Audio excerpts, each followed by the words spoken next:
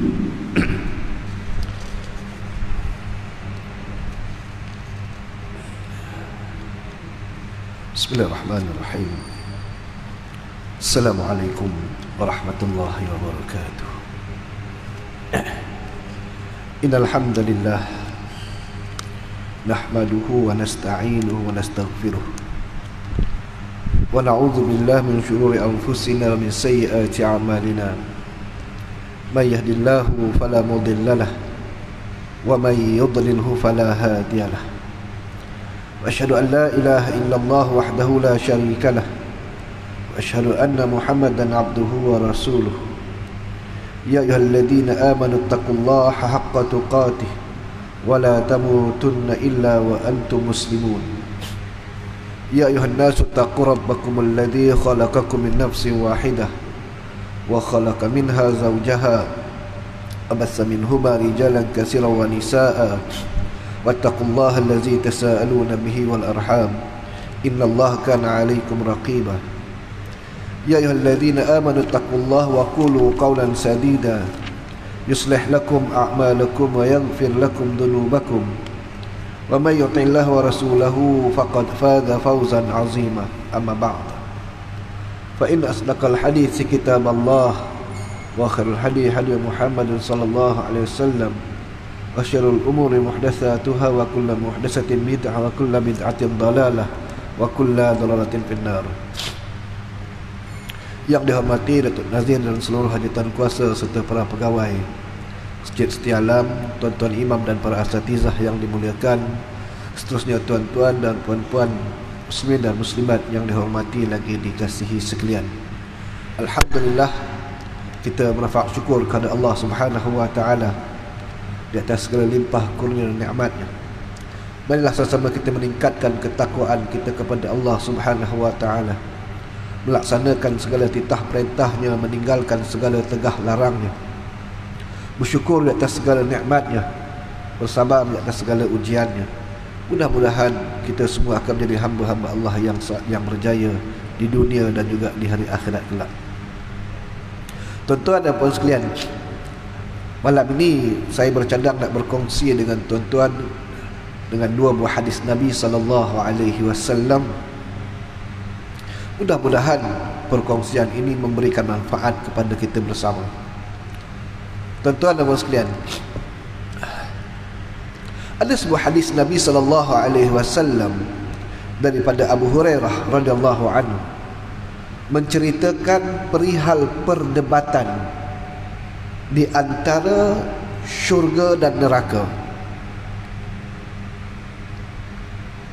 Nabi SAW mengkisahkan bahawa sampai satu masa nanti di hari akhirat sana, syurga mencari para penghuninya. Begitu juga dengan neraka yang dalam keadaan rakus mencari orang-orang yang boleh dan layak untuk disumbat di dalam neraka. Sebuah hadis daripada Abu Hurairah radhiyallahu anhu, qala Nabi sallallahu alaihi wasallam, tahajjatil jannatu wan nar. Kata Nabi SAW, syurga dan neraka berdebat. Wa qalatin nar, neraka berkata, usirtu bil mutakabbirin wal mutajabbirin. Neraka bagi tahu kepada syurga bahawa aku, dia kata, aku akan diisi, aku akan dipenuhkan oleh orang-orang yang mutakabbirin wal mutajabbirin, orang-orang yang takabur dan orang-orang yang sombong. Neraka mengintai, mencari siapakah di atas dunia ini orang-orang yang takabur dan orang-orang yang sombong, Pertamanya orang-orang yang takabur dan sombong dengan Allah Subhanahu wa taala, yang menolak risalah ketuhanan, yang menafikan Allah Subhanahu wa taala itu sebagai ilah, sebagai Tuhan yang wajib disembah dan diimani. Tak cari dulu. Yang sombong dengan kebenaran yang ditunjukkan oleh para nabi. Yang kedua akan dicari orang-orang yang sombong di kalangan kita. Nabi SAW dalam sebuah hadis yang lain menceritakan kepada kita perihal sombong. Apakah yang dimaksudkan dengan sombong? Al-kibru batarul haq. Definisi ataupun makna sombong itu dijelaskan oleh Nabi SAW. Nabi kata al-kibru batarul haq. Yang ni tuan-tuan, kalau ada dalam diri kita, dia sangat bahaya. Arti sombong itu ialah menolak kebenaran. Dalam kehidupan kita seharian ini, dalam kehidupan kita bermuamalat, kita bersosial dan sebagainya, ada perkara yang apabila dinyatakan, dijelaskan oleh orang lain, tambah lagi apabila kita ditegur, apabila kita dinasihat, apabila kita disampaikan tentang sesuatu perkara, kita jangan cepat menolak. Sebagai seorang Muslim, apabila datang kepada kita sesuatu berita, sesuatu khabar yang kita tidak tahu asal usulnya, yang kita tidak tahu keabsahannya, Allah Subhanahu wa taala perintahkan kepada kita, in ja'akum fasiqun binaba'in fatabayyanu. Tabayyun dulu. Cek dulu keabsahannya, siasat dulu. Hari ini kita tidak ada alasan untuk tidak meneliti, mencari keabsahan sesuatu berita dan khabar yang sampai kepada kita. Begitu juga dengan maklumat ilmu. Segala perdebatan, segala perbahasan ilmiah, kita boleh rujuk hanya dengan sentuhan jari sahaja. Tinggal lagi mau tidak mau kita mencari kebenaran itu. Kadang-kadang perdebatan ilmiah, kadang-kadang perdebatan tentang suatu perkara di luar sana tu kadang-kadang seakan tidak ada batasnya. Oleh kerana kita telah dibelenggu dengan sifat ta'assub, maka dengan sifat ta'assub, seseorang itu sebenarnya dia boleh membelit seseorang itu dengan takabur. Oleh kerana dia hanya ta'assub, dia hanya yakin, dia hanya ikut sekumpulan A, B atau C, apa yang dibuat selain daripada kumpulan mereka, mereka nafi. Walaupun di sana ternyata dan terserlah kebenaran. Al-kibr, dia juga termasuk dalam sebuah kesombongan. Sebab itu sahabat yang dikasihi sekalian, apa-apa berita, apa-apa khabar dan sebagainya, siasat dulu. Baca dengan penuh ketenangan, dengan penuh ketakwaan kepada Allah untuk mencari kebenaran. InsyaAllah kita akan dapat kebenaran. Kita akan dapat manfaat ilmu yang kita cari. Kalau kita nak cari. Sahabat yang dikasihi sekalian, kata Nabi, al-kibru batarul haq. Sombong menolak kebenaran. Wa ghamdun nas.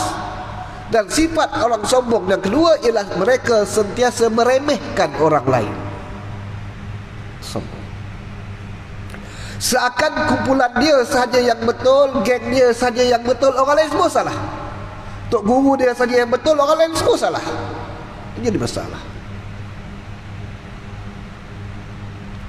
Yang akhirnya Nabi sebut dalam hadis ini, uthirtu bil mutakabbirin wal mutajabbirin. Aku, kata neraka, akan dipenuhkan oleh orang-orang yang sombong dan orang-orang yang takabur. Tambah lagi kita ini kaum muslimin, sepatutnya perkara-perkara ini harus kita tapis, kita elak sebaik mungkin. Baik.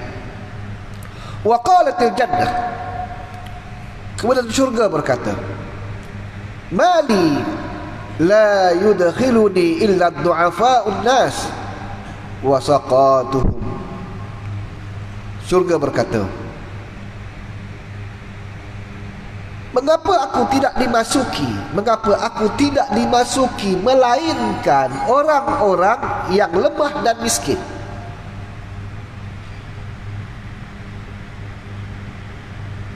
Syurga beritahu, mengapa aku tidak dimasuki melainkan orang-orang yang lemah dan miskin? Sahabat yang dikasihi sekalian, syurga nak bagi tahu bahawa penghuninya, orang yang banyak menghuni syurga itu adalah orang-orang du'afa, orang-orang yang lemah. Orang-orang yang lemah ni antara lainnya lah, dia bermaksud orang-orang yang senang dibuli, orang yang mudah diperkotak-katikkan, orang-orang yang apa ya nak sebut, tuan-tuan kita lemah lah. Orang-orang yang mudah dipersenda, diperkotak-katikkan. Minta maaf, ada satu perkataan yang kurang sesuai saya nak sebut. Mungkin orang-orang yang, minta maaf saya nak sebut, mungkin diperbodoh-bodohkan oleh orang lain. Sebab ada sahaja watak-watak ini dalam masyarakat kita. Akan ada watak-watak ini dalam masyarakat kita, dalam karya kita. Orang yang dalam bahasa lainnya disebut sebagai jenis orang-orang yang lurus bendul. Mudah sangat jadi lurus bendul. Disuruh buat apa je dibuatnya. Lalu orang ramai mengambil kesempatan di atas kelemahannya. Orang ramai mengambil kesempatan di atas kemurahannya. Orang ramai mengambil kesempatan di atas kelemahannya. Ada satu insiden berlaku di negara jiran kita, sampai hari ini belum selesai lagi. Ada seorang, orang ini boleh dikatakan sebagai orang yang lurus bendul, ditangkap dan dipaksa ditangkap dan dipaksa melakukan sesuatu jenayah yang dia tak pernah buat. Oleh kerana diri jenis luah bendul, maka dia mudah dibuli. Akhirnya dia dipenjarakan seumur hidup. Sekarang ni kes ini sedang disemak semula. Wataknya watak orang yang lurus bendul. Dia akan bercakap, dia akan melakukan apa sahaja yang disuruh, sedangkan dia tidak melakukannya. Nampak? Orang ini akan sentiasa diambil kesempatan oleh orang-orang yang kuat, oleh orang-orang yang berkuasa. Lalu kata syurga, inilah keutamaan aku, selain daripada orang-orang yang miskin.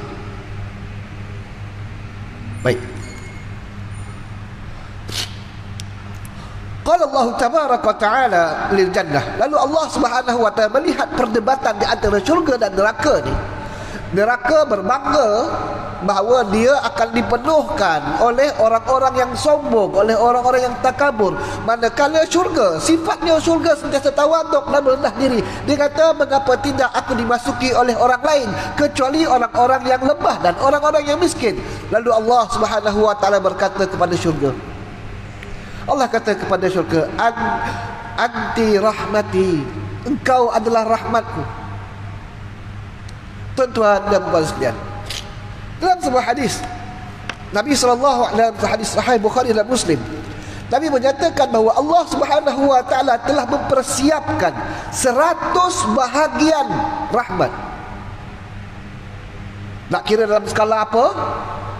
Tapi Nabi menyatakan Allah menyediakan 100 bahagian rahmat untuk hamba-hambanya. 99 bahagian itu akan ditangguh, disimpan untuk hamba-hambanya di hari akhirat nanti, kecuali satu bahagian sahaja rahmat Allah yang Allah turunkan di atas dunia ini untuk dimanfaatkan oleh hamba-hambanya, oleh manusia dan haiwan. Sehingga Nabi menyatakan bahawa perbuatan haiwan mengangkat kakinya daripada terpijak anaknya itu adalah sebahagian daripada 1/100 rahmat Allah Subhanahu wa ta'ala. Selebihnya nanti 99 bahagian itu Allah Subhanahu wa taala akan kurniakan kepada para hamba-Nya di hari akhirat. Lalu dalam hadis ini Allah menyatakan kepada syurga, wahai syurga, anti rahmati, engkau adalah rahmatku, engkau adalah kasih sayangku, engkau adalah pengampunanku.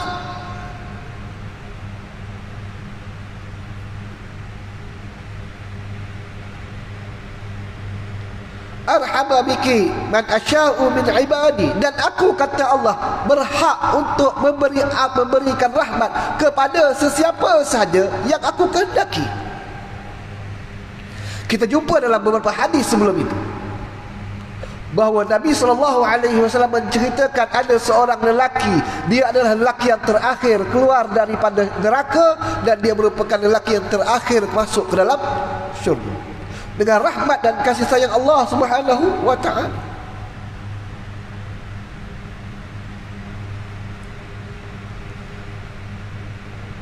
Dan dalam hadis yang lain Nabi menceritakan perihal di hari akhirat nanti dalam syurga, bagaimana Allah Subhanahu wa ta'ala mengizinkan kepada hamba-hambanya untuk mencari di manakah lagi kawan-kawannya yang kini sedang diazab di dalam neraka untuk dibawa keluar daripada neraka dengan rahmat Allah Subhanahu wa ta'ala. Sebab itu Allah beritahu kepada syurga, anti rahmati, engkau adalah rahmatku. Arhamu biki man asya'u min ibadi, aku akan berikan rahmatku melalui engkau kepada sesiapa, kepada mana-mana hamba yang aku kehendaki. Sebab itu sahabat yang dikasihi sekalian, dijelaskan oleh Nabi SAW, setiap daripada kita ini akan dimasukkan ke dalam syurga dengan rahmat dan kasih sayang Allah Subhanahu wa ta'ala, termasuk aku, kata Nabi SAW. Lantas ibadah yang kita lakukan hari ini, ketaatan yang kita lakukan hari ini, kesemuanya itu adalah perkara-perkara yang menjurus untuk mendapat dan meraih rahmat daripada Allah Subhanahu wa ta'ala. Ketaatan yang kita lakukan hari ini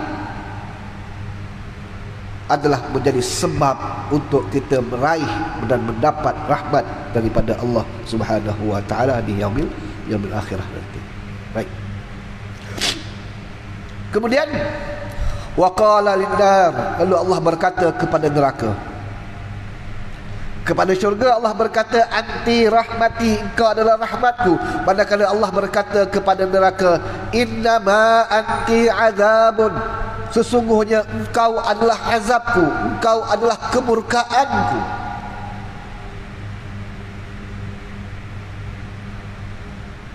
U'azzibu biki man asya'u min ibadi, aku akan mengazab mana-mana hamba yang aku kehendaki melalui engkau.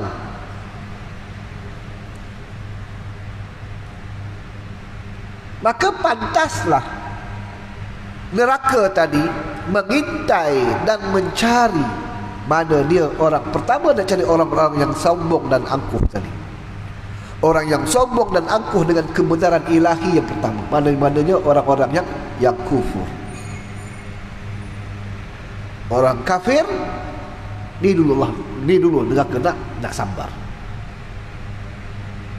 Baik. Aku akan mengazab mana-mana hamba yang aku kehendaki melalui engkau.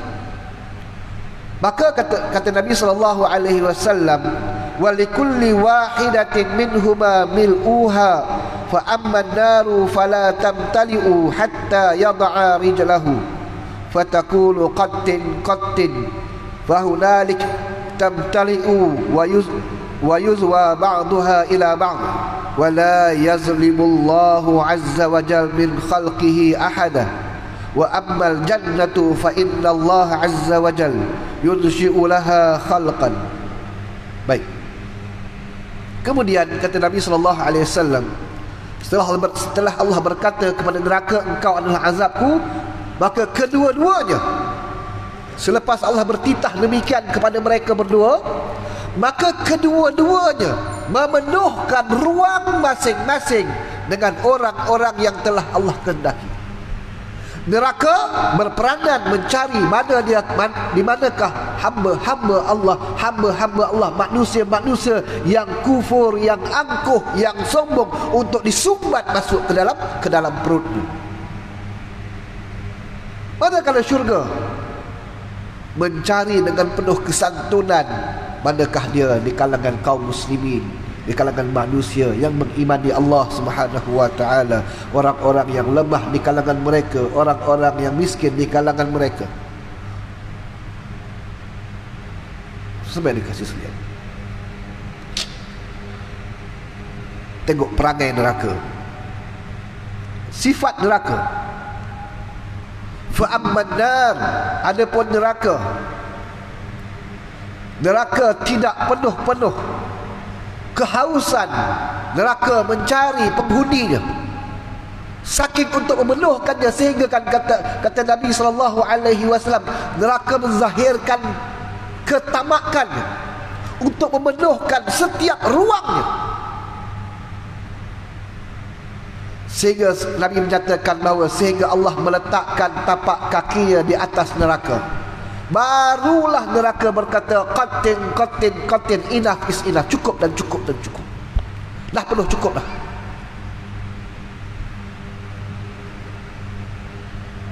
Jika tidak demikian, maka neraka sentiasa mencari mana lagi orang-orang yang wajar, orang-orang yang patut, walau dengan apa kesalahan sekalipun, dia nak tangkap, nak sobat masuk dalam neraka. Lalu sabda Nabi SAW, Allah Subhanahu wa taala meletakkan tapak kakinya. Bagaimana rupa bentuknya, wallahu alam. Kita serahkan kepada Allah. Laisa kamitslihi syai'. Serahkan kepada Allah. Kita hanya sebut apa yang disebut oleh Nabi SAW, tidak mentakwilkan apa-apa yang disebut oleh Nabi. Cukup. Dia Allah kata, laisa kamitslihi syai'. Tidak akan sama seperti makhluk. Baik. Kemudian bila Allah telah meletakkan kakinya sehingga neraka menjerit, mengatakan bahawa qatin, cukup dan cukup dan cukup, barulah neraka merasa puas. Kemudian ia pun penuh dan bahagian-bahagiannya disatukan, neraka tadi. Kemudian Allah Subhanahu wa taala tidak menzalimi satu pun daripada makhluknya. Yang wajar ke nerakalah dia. Sejahat mana dan sebaik mana seorang muslim itu akan diadili seadil-adilnya tanpa Allah menzaliminya, melainkan kitalah, kata Allah, yang menzalimi diri kita sendiri. Yang salah tetap akan dihukum, sehingga kesemuanya nanti, mana-mana orang yang beriman, selagi mana dia mentauhidkan Allah Subhanahu wa taala, walau sebesar mana pun dosanya, dengan rahmat Allah Subhanahu wa taala, akhirnya dia akan dikeluarkan daripada neraka untuk masuk ke dalam syurga. Adapun wa ammal jannah, adapun syurga itu, Allah menciptakan makhluk yang lain untuk dirinya. Dalam keadaan lain menyatakan bahawa neraka syurga itu mungkin tak cukup, banyak lagi space. Lalu kata Nabi, Allah menciptakan makhluk yang lain untuk memenuhkan. Tuan-tuan dan sekalian, hadis ini hadis sahih riwayat Imam Bukhari dan Imam Muslim. Hadis sahih riwayat Imam Bukhari boleh rujuk nombor rujukan 4850 dan 4859, manakala hadis riwayat Imam Muslim nombor rujukannya 2846. Tuan-tuan dan puan yang dihormati Allah sekalian. Baik. Kemudian neraka tadi, dalam hadis yang lain, sebuah hadis daripada Ibnu Abbas radhiyallahu anhu,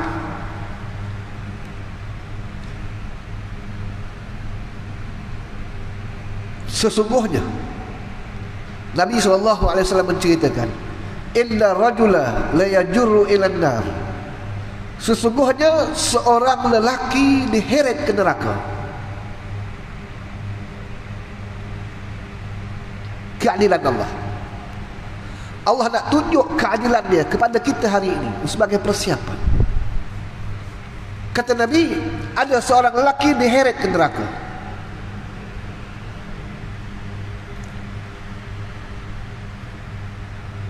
Fatanzawi wa yanqabidu ba'daha ila ba'd.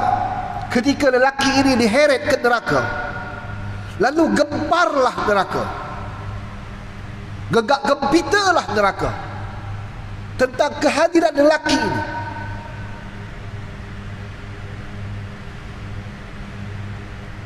Fayaqulu lahar rahman,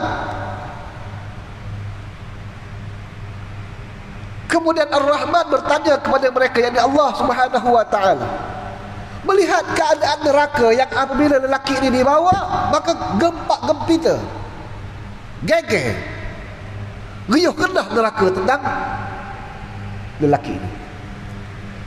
Lalu Allah Subhanahu wa taala bertanya kepada mereka, malak, what happened? Apa yang sedang berlaku? Apa yang sedang berlaku? Fataqul, neraka berkata kepada Allah, innahu yastajiru minni. Tuan-tuan, neraka bagi tahu kepada Ar-Rahman, kepada Allah, bahawa sesungguhnya lelaki ini ketika hayatnya sentiasa beristiazah, minta perlindungan kepada Allah daripada dimasukkan ke neraka.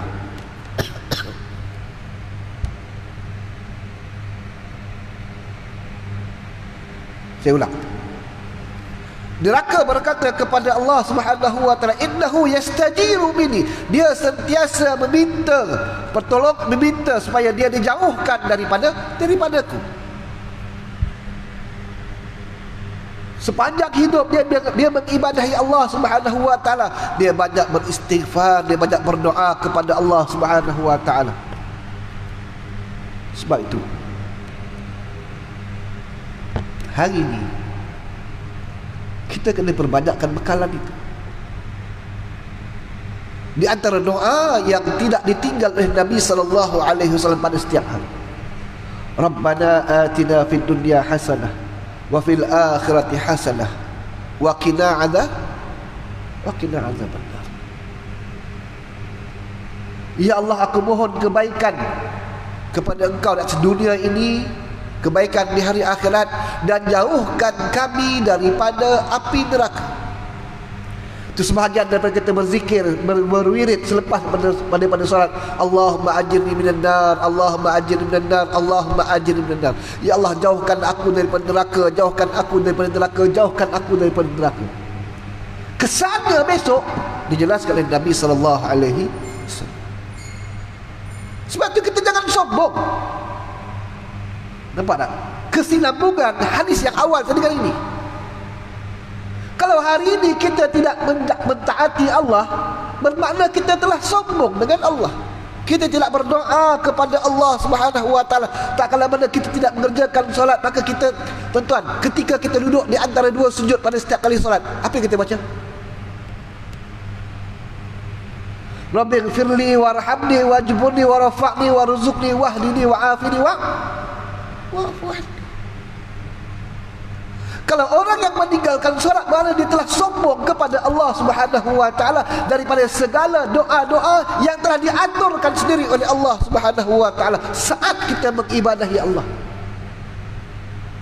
Maka wajarlah dia dihumban ke neraka.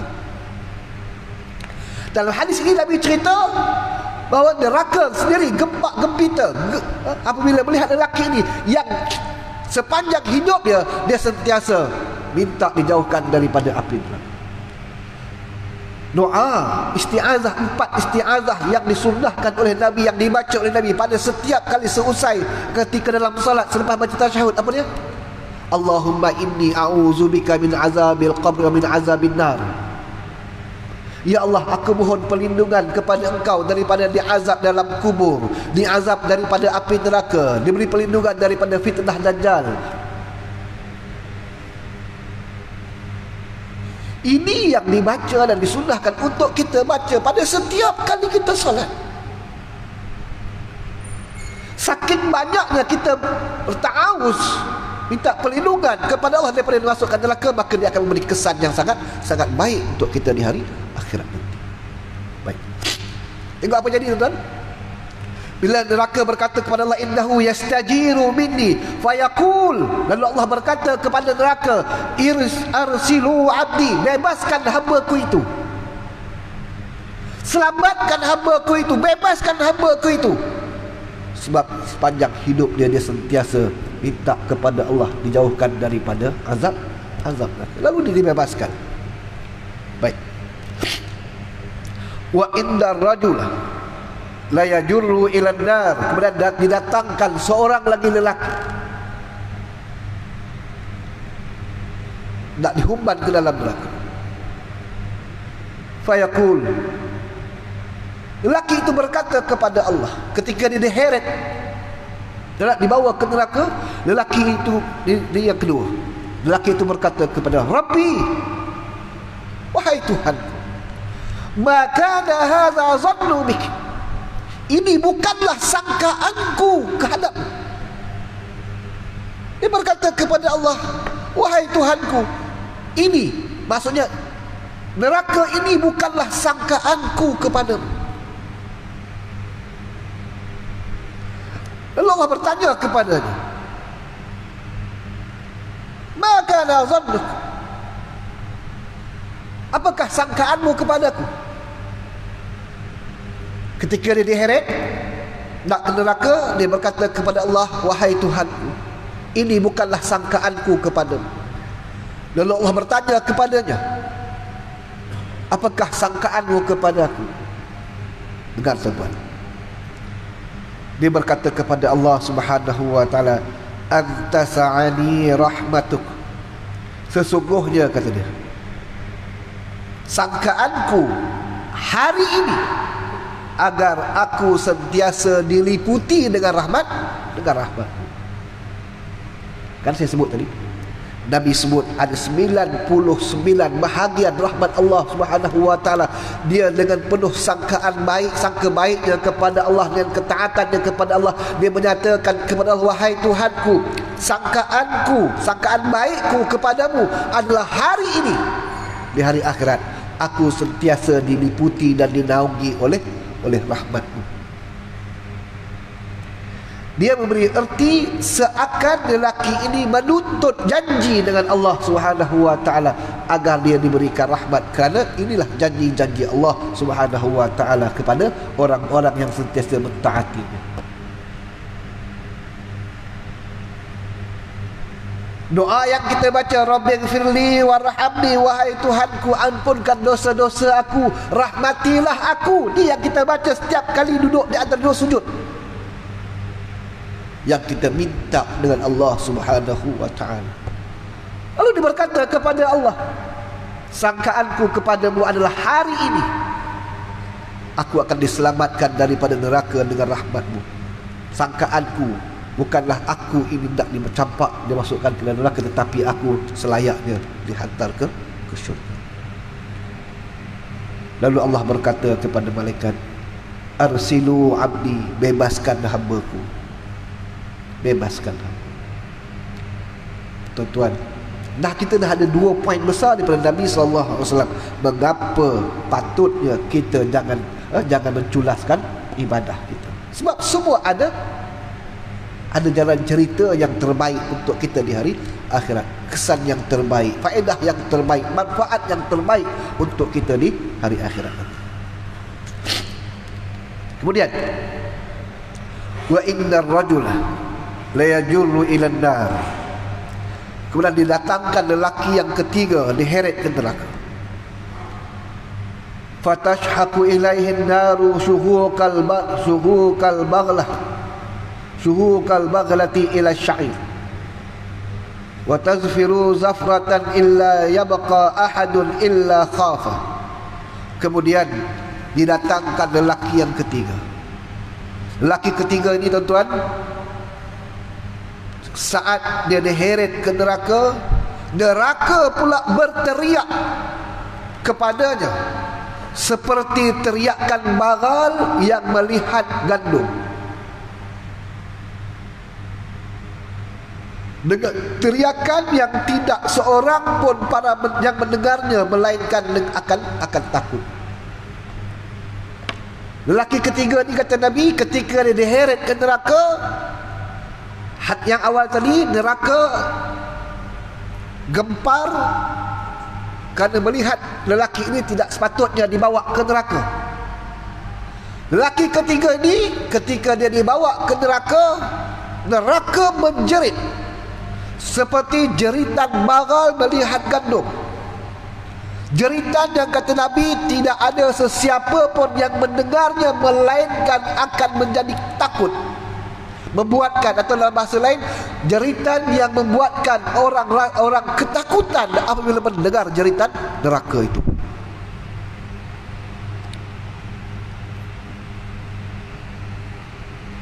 Dia memberi erti neraka sangat-sangat dahagakan orang ini. Tuan-tuan, bagal yang lapar, ayam kita yang lapar, kucing kita yang lapar pada rumah tu, kalau kita nak bagi makan, tengok dia bunyi macam mana, kan? Orang yang kelaparan, seakan orang yang kelaparan yang nak berebut nak dapatkan makanan, sehingga kan jeritan-jeritan mereka itu apabila orang yang mendengarnya pasti akan ketakutan. Tuan-tuan dan puan yang kasih sekalian, hadis ini diriwayatkan oleh Imam Ibn Jarir, mauquf ke atas Ibn Abbas, dan Ibn Katsir berkata mengenainya sanadnya sahih menurut tafsir Ibn Katsir, ketika beliau menafsirkan surah Al-Furqan ayat yang ke-12. Baik, tuan-tuan dan puan yang dikasihi sekalian, intipati daripada pengesahan ini, pertama, sebahagian daripada orang-orang mukmin yang derhaka diperintahkan agar mereka diheret ke neraka, kemudian mereka tidak memasukinya, seperti lelaki yang pertama dan lelaki yang kedua tadi.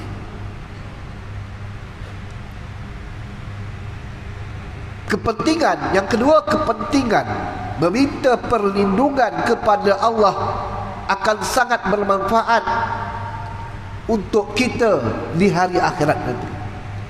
Perbanyakkanlah ta'awuz, minta perlindungan kepada Allah di dunia ini, selagi kita masih sehat, selagi kita masih hidup ni tuan-tuan, selagi masih akal kita waras, sentiasa banyakkan memohon perlindungan kepada Allah Subhanahu wa taala, banyakkan berdoa kepada Allah Subhanahu wa taala. Sebab itu ibu segala doa, Rabbana atina fid dunya hasanah, tu jangan tinggal setiap kali kita solat.